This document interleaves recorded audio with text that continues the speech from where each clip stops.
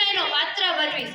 બુંદેલે હર બોલો કે મું हमने सुनी कहानी थी, बुंदेले हर बोलो के मुंह हमने सुनी कहानी थी, खूब लड़ी मर्दानी वो तो झांसी वाली रानी थी।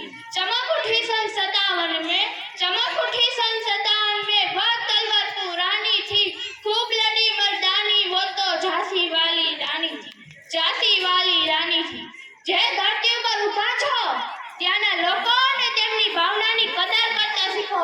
અંગ્રેજી આપણું હુનર હોઈ શકે પણ માતૃભાષા ક્યારેય નહીં, કારણ કે માતૃભાષા એટલે માં અને માં ફક્ત એક જ હોય છે। હું રાણી લક્ષ્મીબાઈ પ્રતિજ્ઞા કરું છું કે જ્યાં સુધી મારા શરીરમાં પ્રાણ હશે ને ત્યાં સુધી હું લડીશ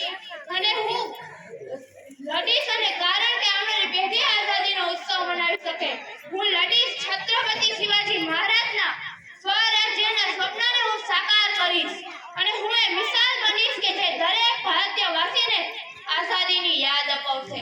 અરે ઓ ફિરંગી, તું પણ શાંતિ જ ઈચ્છે અને હું પણ શાંતિ જ ઈચ્છું છું।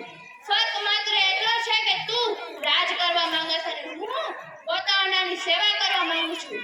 મારો વિવાહ માત્ર 9 વર્ષની ઉંમરમાં કોઈ ધર્મ કે બળ જોઈને નહોતો કરવામાં આવ્યો।